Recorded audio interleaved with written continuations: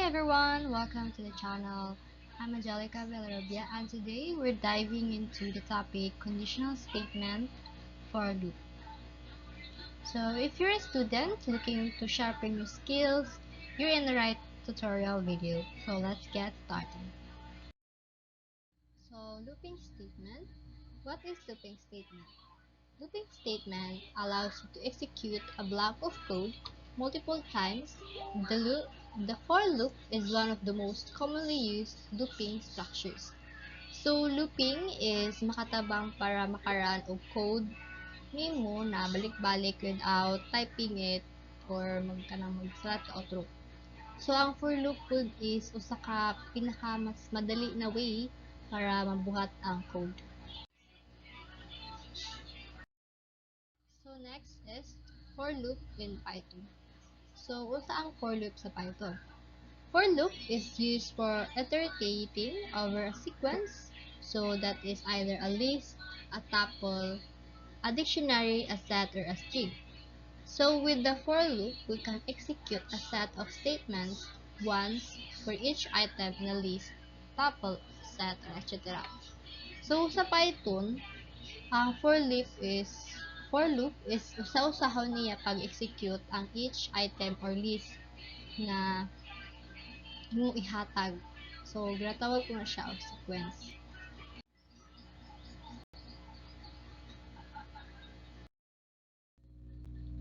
So natay example ani sa Python. Maggamit ta og VS Code or online TV pwede kang magamit ta.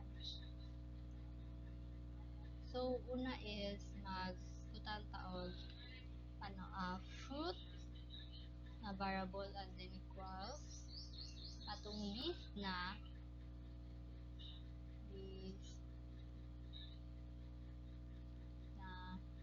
apple and then banana. Then ang last na to is ang cherry. Next, so dala din ta so 4x sa fruits kaya si print na to siya. Print x.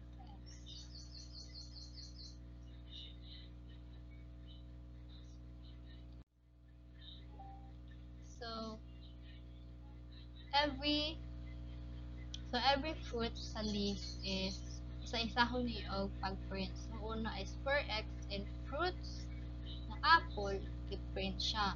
And then pagkuman 4x in fruits, nasunod na po is banana. So i-print na po siya. And then 4x in fruits na cherry, i-print siya. So ang result ana is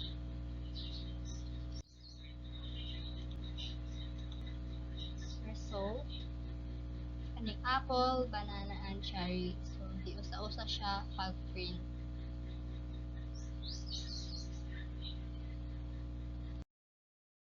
So next is nested loop in Python. Place a loop inside another loop. The inner loop will be executed one time for each iteration of the outer loop. So there is a nested loop is ang unang murag isang outer loop, then for each iteration sa outer loop kanang mag-print na siya, ang inner loop is ma-execute na dayon.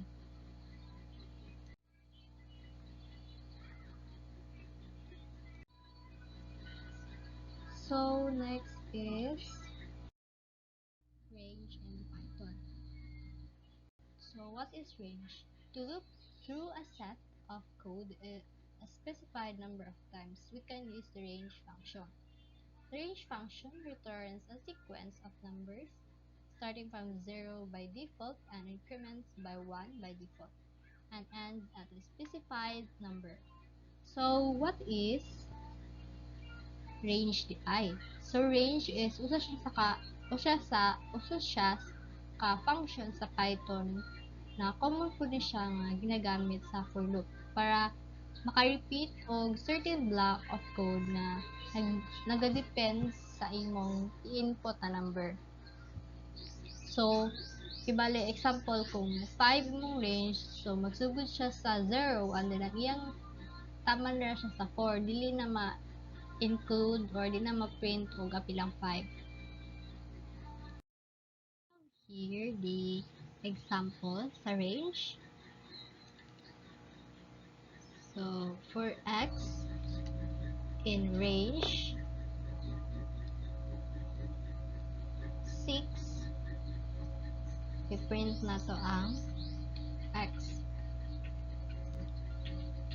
So every x kuno sa range 6, so magsugod siya sa 0, tama lang sa 5, kay dili na so ang 6 ibali is excluded na siya, dili na siya mag-apil print. So, for x in range, una is 0. I-print na ito ang x. So, 0 una.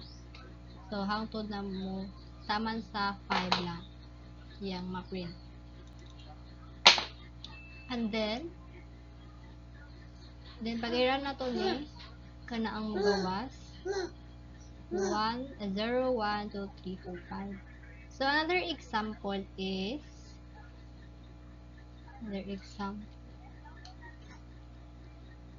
print para di siya musumpay. So, na ito nga gihatag example. So, for every x sa n, for x in range 2 to 6, so mag-start siya sa 6 and then end sa 5 kay excluded naman po ang 6 ana. So, i-print ang x. And then, pag i-run na to na siya, magsugod siya sa 2, and then, magsugod siya sa 2, 3, then sunod 4, then 5, excluded na ang x, ano. So, mara to. So, next na to i-explore is ang sa Java na pod na for loop.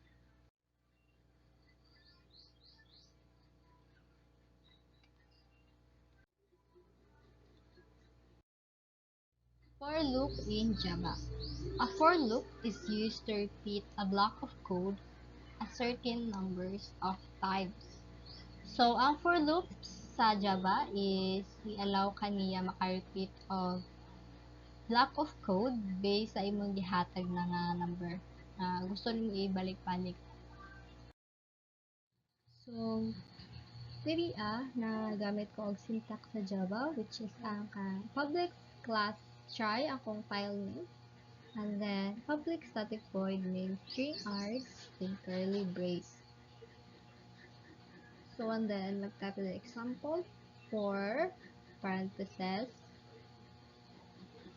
in atong data types kay int man atong value. So, I is equal to 0. Dara ang atong starting point, which is ang I na to is 0. And then, 0, semicolon. And then, I, atong, dara na to is statement number 2, ang condition. So, ang I is less than 5, then semicolon. So, dira dapat ang I kuno is mas less than sa 5. While true pa siya, ang loop is mag-start gihapon. Dira na mag-start, I mean. And then, kung false na, kung dili na less than ang I sa 5 is, dira na mag-stop ang loop. And then, statement number 3, I plus plus, nag-increment ta dira nga, ang 0 is ma-add siya og hinahinay. Or 1. May nanay siya og add. Then, close parenthesis.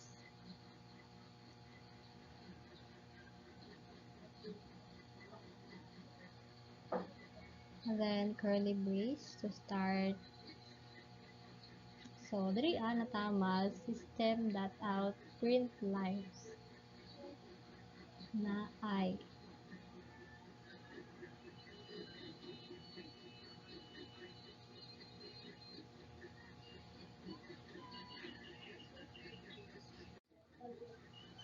then close parenthesis. Mm, so, pag print mo, pag-print natin na siya.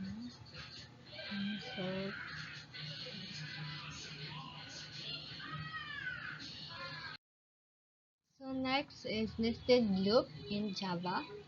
Place a loop inside another loop. The inner loop will be executed one time for each iteration of the outer loop. So, ginagamit ni to iterate ang usa ka elements sa array or collections. So, for each in Java, used exclusively to loop through elements in an array or other data sets. So, array is kuha na siya ka, daraanin mo, butangin mo elements or value, then sundan na is mo na siya ang iyang i-loop. So, examples in Java, start for each loop is una na butang ko ng type na string, and then the variable name var was then ang sulod is mga car name, Volvo, comma, and then BMW, and then comma, code, Ford, comma, space, and then code sad na Mazda. And don't forget na Angela is always nag-end siya sa semicolon. So, and then, so, ano condition na to? Now, for I for string I, atong dito type na string, and then atong variable name na I, string, and then atong array name, ang cars, and then curly bracket, and then my system out that print line, ang gamiton,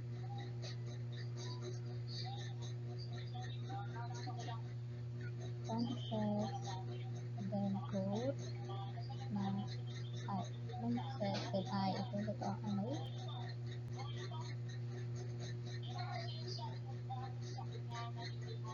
so, the other part is, so for every string sa I kuno, atong variable name is,